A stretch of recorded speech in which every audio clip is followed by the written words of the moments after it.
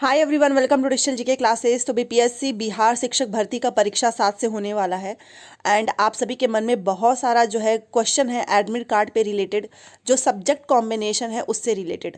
तो अभ्यर्थियों के माध्यम से जो पूछा गया उसके बाद से जानकारी निकल कर आ रही है। साथ में एनआईओएस डीलेट जो बहाल हो चुके हैं उनको हटाने की मांग की जा रही है। सारी चीज़ें मैं आपको बताऊंगी।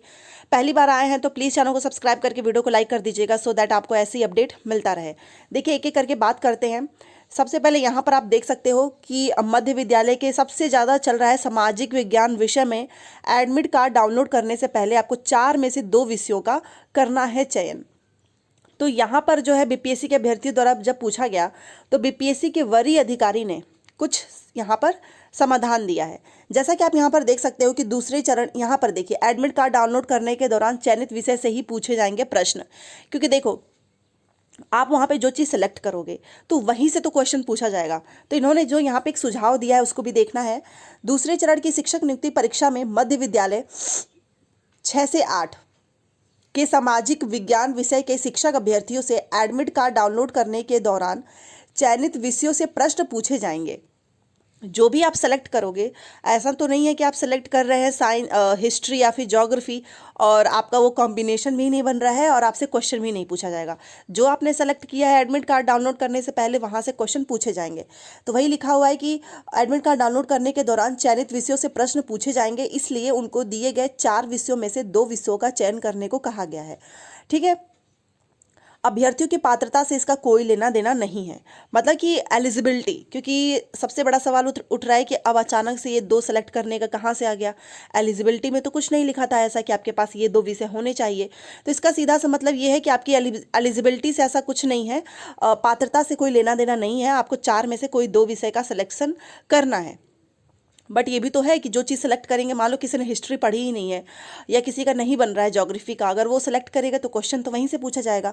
तो इसी मामले में शिकायत लेकर पहुंचे 2 अभ्यर्थियों ने को बीपीएससी के एक वरीय अधिकारी ने यह कहकर समझाया और इसको लेकर परेशान नहीं होने को कहा। उन्होंने कहा कि देखो, इसको लेकर ज़्यादा परेशान मत हो और विदित हो कि बीपीएससी के द्वारा मध्य विद्यालय 6 से 8 के सामाजिक विज्ञान विषय के शिक्षक अभ्यर्थियों को एडमिट कार्ड डाउनलोड करने से पहले 4 विषय, इतिहास, भूगोल, अर्थशास्त्र और राजनीति शास्त्र में से किसी 2 का चयन करना है, जिनमें से एक अनिवार्य रूप से या तो इतिहास हो या भूगोल हो। इसमें से कोई एक होना चाहिए। इसका आपका पात्रता से कोई लेना देना नहीं है। ठीक है। इसके बाद ही वे अपना एडमिट कार्ड डाउनलोड कर सकते हैं। इससे वैसे अभ्यर्थी जिनका दूसरा विषय दर्शन शास्त्र, वाणिज्य, मनोविज्ञान, समाजशास्त्र और गृह विज्ञान है, उन्हें समझ में नहीं आ रहा है कि वे दूसरा विषय कैसे भरें, क्योंकि इन विषयों का डैशबोर्ड से लॉगिन होने पर विकल्प ही नहीं दिया गया है। जी हाँ, इसका कोई विकल्प नहीं दिया गया है एंड कई तो इसे अपनी पात्रता के खतरे में पड़ने और परीक्षा दिए जाने से वंचित होने के डर से और भी परेशान है। हालांकि बीपीएससी के अधिकारी ने पात्रता से इसका कोई संबंध ना होने की बात कही है। देखो, इन्होंने सीधे बोला है कि इससे आपका पात्रता को कोई लेना देना नहीं है। तो आप ये मत समझना कि आप वंचित हो जाएंगे, आप एग्जाम नहीं दे पाओगे, आपका जो पात्रता है उसके अकॉर्डिंग सही नहीं है। क्योंकि ये जो अधिकारी है उन्होंने ही बोल दिया है कि आपको परेशान नहीं होना है, क्योंकि इससे आपके पात्रता का, एलिजिबिलिटी का कोई लेना देना नहीं है। ठीक है। तो ये यहाँ पर इन्फॉर्मेशन आई है। अब ये एनआईओएस से रिलेटेड इन्फॉर्मेशन आ रही है, क्योंकि अभी तक आपने देखा होगा बीपीएससी के साइड से कोई इन्फॉर्मेशन नहीं है।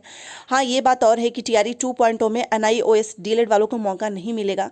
यहाँ पर जिन्होंने 2 साल रेगुलर डीलेट जो किया है उन्हीं को मौका मिलेगा। साथ में आपने देखा होगा केंद्रीय विद्यालय में भी सेम वही चीज़ हुई है। उनको आई थिंक 200 या 300 स्टूडेंट्स होंगे, उनको भी नौकरी नहीं मिली है एंड उनकी सीट पे भी आपको वेटिंग लिस्ट देखने को मिलेगा। बट यहाँ की वेटिंग लिस्ट एकदम नई ही खेल रही है। जो स्टूडेंट्स ये सोच रहे थे कि मे भी उनको एग्ज़ाम ना देना पड़े, उनका सिलेक्शन हो जाएगा इस बार, उन्हें भी बहुत बड़ा धक्का मिला है, क्योंकि वेटिंग लिस्ट केवल 4700 पे आने वाली है एंड मे बी 5 दिसंबर तक आ जाए। एंड और इसे यही चीज़ यहाँ पर हो रही है कि एनआईओएस डीलेट सर्टिफिकेट पर जो बहाल हो चुके हैं अभ्यर्थी, उनको हटाने की मांग।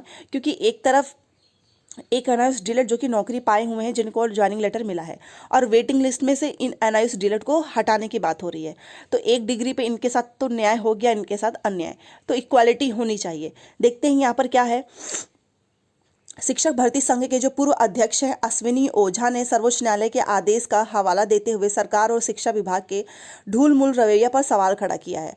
इन्होंने बोला कि मंगलवार 28 नवंबर 2023 को सर्वोच्च न्यायालय ने एक अहम फैसला में एनआईओएस डीलेट सर्टिफिकेट को इनवैलिड ठहराया है। जबकि 1 दिसंबर 2023 को बीपीएससी ने भी टीआरई 2 के एडमिट कार्ड जारी करने से पूर्व इस संदर्भ में आदेश जारी किया है, जिस पर बीएड परिषद हमलावार है।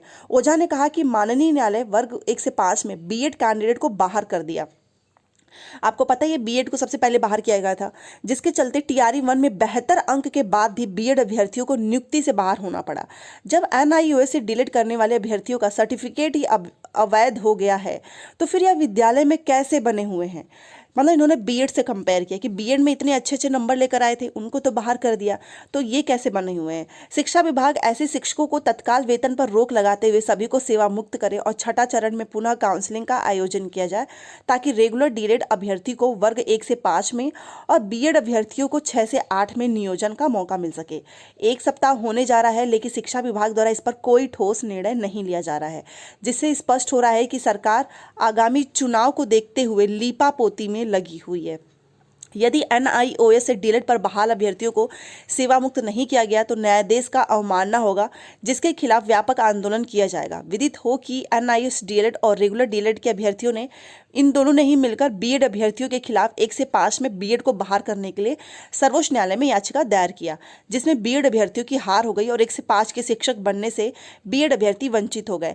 एक बार पुनः उसी न्यायालय ने एनआईओएस डीएलएड को भी अमान्य कर दिया। ठीक है।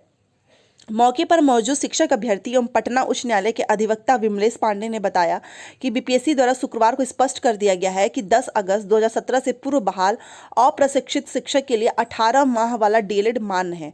ठीक है, वो तो आपने देख लिया, केवल 18 माह वाला जो डीएलएड है वही अब शिक्षक बन पाएंगे 1 to 5 में।